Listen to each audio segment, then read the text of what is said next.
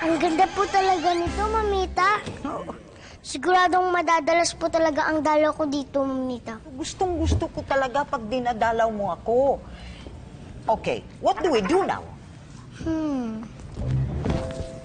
Gusto mo magmerienda? Na naman?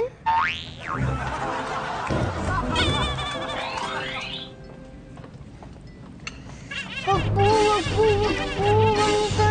Sure?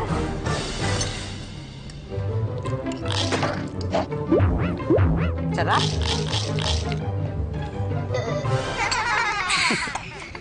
Saan nga po pala si Daddy Vlad? Sa labas ganun naman yun Iniiwan ka po na talaga? Hindi naman pwede na ang mister ang ng misis magkasama ng 24 oras.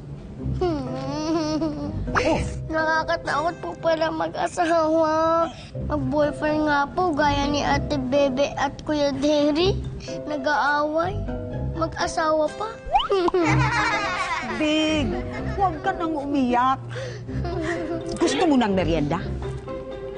Oh?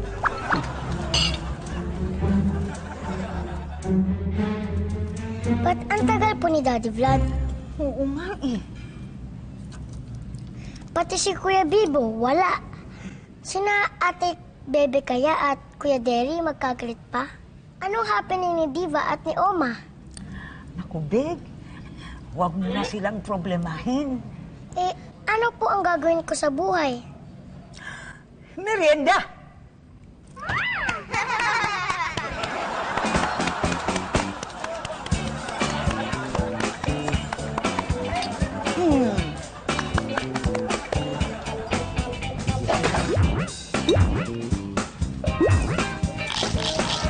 Parang restaurant lang ang bed.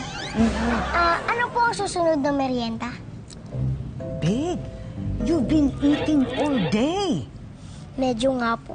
Hindi lang medyo. Talagang kain ka ng kain. Dapat naman, kumilos ka ng konti, meron kang konting exercise, yun ang dapat mong gawin. Hindi lang kain ng kain.